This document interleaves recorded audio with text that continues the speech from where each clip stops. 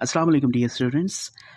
Modern English Essays, BA Part 2, Essay number 18, Super. Written by some unknown person, Anonymous.